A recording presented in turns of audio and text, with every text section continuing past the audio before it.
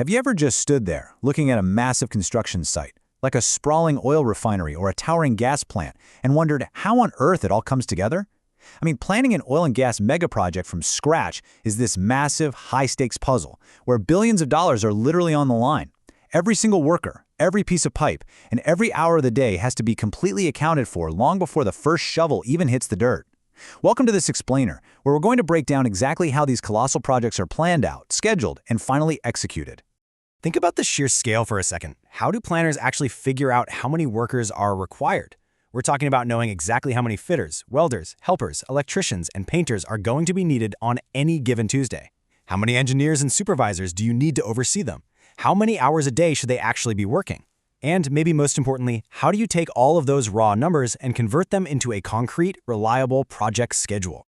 So here is our roadmap for today. 1. Defining the project scope. 2. Calculating duration and productivity. 3. The manpower calculation puzzle. 4. Scheduling and resource loading. And 5. Managing the critical path. Let's dive right in. Starting with Section 1, defining the project scope, which is really just laying the foundation. You know, it's funny, the first step is actually never manpower. The first step is always the project documents. When an EPC company receives a project, the planning team sits down and studies a literal mountain of paperwork, everything from bills of quantities to piping and instrumentation diagrams. From these documents, we extract the physical scope. So we might find out, okay, we need to build 10 tanks, install 5 major pieces of equipment, lay 20 kilometers of piping, and pour 10,000 cubic meters of concrete. Suddenly, this abstract project becomes a very measurable reality, and that is the absolute foundation for everything that follows. Once we have that massive scope in hand, we have to organize it using what's called a work breakdown structure, or WBS. Because, let's face it, we can't manage a megaproject as one huge, intimidating block. So using specialized software like Primavera P6, we slice it up. Level 1 is the complete project. Level 2 breaks that down by discipline, so civil, mechanical, piping, electrical. Then we break those disciplines down into specific activities. For piping, that means stuff like material receiving, fabrication, erection, welding, testing, and painting. Now, instead of one giant impossible task, we've got hundreds of manageable, measurable chunks. Moving on to Part 2, calculating duration and productivity. Time to do the math. Okay, duration equals total quantity divided by daily production. This right here, this is the golden formula. It's the absolute heartbeat of the entire planning process. You simply cannot build a schedule without this equation. Let's actually see this formula in action. Say we need to install 1,000 meters of piping. If our planned productivity norm tells us we can install 50 meters a day, we just divide 1,000 by 50, which gives us exactly 20 working days. Easy, right? But here is the catch. Productivity isn't some magical fixed number. It depends heavily on site reality. We have to factor in equipment availability, the height of the work, really complex welding requirements, strict safety restrictions, and even the weather. So we can't just blindly say, oh, 1,000 meters takes 20 days. We have to base that daily production rate on highly realistic, site-specific conditions. Which brings us to Section 3, the manpower calculation puzzle, or how we actually build the crew. Think of manpower planning as this giant balancing act between quantity, productivity, and available time. Let's look at an excavation example. Say we have 10,000 cubic meters of dirt to move.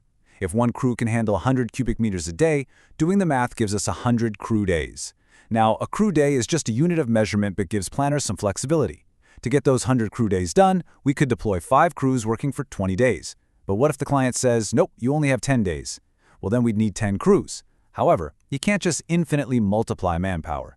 If you cram 10 crews into a tiny work area, they won't build any faster.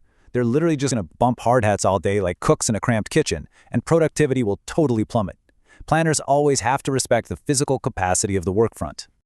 So what does one of these specific crews actually look like on the ground? Well, let's take a piping erection crew. While the ratios definitely change based on the specific job, a standard crew might be 2 fitters, 1 welder, and 2 helpers. Now let's scale this up. If our project requires 2,000 total welds, and we know one crew can knock out 10 welds a day, we need 200 crew days. To finish that up in 20 days, we're going to need 10 of these exact crews. That means we instantly know we need 20 fitters, 10 welders, and 20 helpers across the site. The math just scales up perfectly from the micro straight to the macro. Now, one crucial point we really need to clear up is that when we use the word manpower, we are definitely not just talking about the laborers turning wrenches. A realistic plan has to account for the complete organization required to execute the work. We use that exact same quantity and productivity math to calculate the need for painters and electricians, sure, but we also have to add in the whole management layer, the construction managers, planning engineers, civil engineers. Plus, we need support staff, riggers, crane operators, safety personnel, quality control inspectors. It takes a massive, highly coordinated army to make an oil and gas project function. We also have to answer a pretty basic question. How many hours a day do these people actually work?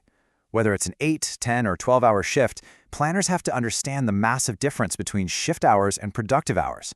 If a worker is on site for a 10-hour shift, they are not purely producing for 10 straight hours. Time is naturally eaten up by morning toolbox safety talks, getting work permits approved, waiting for equipment to show up, and taking necessary breaks. If a planner just assumes 100% utilization, well, their schedule is going to fail on day one. You always have to plan based on realistic, productive time. All right, part 4, scheduling and resource loading. Let's look at the big picture. Once we've calculated the manpower for every single tiny activity, we load all those numbers into our master schedule to create what's called a manpower histogram. This visual is just incredibly important because it reveals the classic bell curve of project construction. As you can see, we might start out with 200 workers in January, ramp up to a peak of about 650 workers in April when a bunch of activities overlap, and then safely taper back down to 300 by July as the major construction wraps up. This lets the project managers actually plan for hiring, housing, and transporting the workforce at the exact right time. But, a plan is just a plan until execution starts. Once the project kicks off, the planner's job shifts to comparing the planned numbers versus the actual site reality. Say we plan for 20 fitters to install 100 meters of pipe a day, but they're only hitting 60 meters. A bad manager just blindly hires more fitters. A smart planner, they investigate the constraint. Are the engineering drawings delayed? Are we short on welding machines? Has the work area just not been safely released to the crew yet? You absolutely have to identify the actual bottleneck before you start messing with your manpower. Finally, Section 5. Managing the critical path to ensure we are staying on track. In any massive project, all tasks are not created equal. Some tasks have what we call float, meaning they can be delayed just a little bit without ruining the final deadline. But the critical path, that is a sequence of activities with absolute zero float. If an activity on the critical path is delayed by even a single day, the final completion date of the entire multi-million-dollar project is pushed back a day. So for example, if piping hydro testing is on the critical path and it starts falling behind, we have to immediately shift resources, manpower, equipment, management focus directly onto that task. This is called resource optimization, and it is exactly how you save a slipping schedule. So if we take a step back and bring it all together, the entire 15-step planning journey really boils down to these 4 overarching pillars. First, deeply understand your scope and break it down with a work breakdown structure. Second, establish highly realistic productivity norms based on actual site conditions. Third, use that golden formula to do the crew math and determine your required manpower. And finally, load it all into your scheduling software to optimize your resources and fiercely protect that critical path. It's honestly an incredible process that converts abstract paper scopes into a thriving, highly organized construction site. We've seen today how heavily project planning relies on precise math, historical productivity norms, and highly structured logic. But here is something I want you to think about as we wrap up. A project is ultimately built by people, out in the unpredictable elements of the real world. So, in a world of perfect planning math, how will human unpredictability change your next project's final equation? Thanks so much for joining me on this explainer, and I really hope this gives you a whole new appreciation for the hidden logic behind the world's biggest mega projects.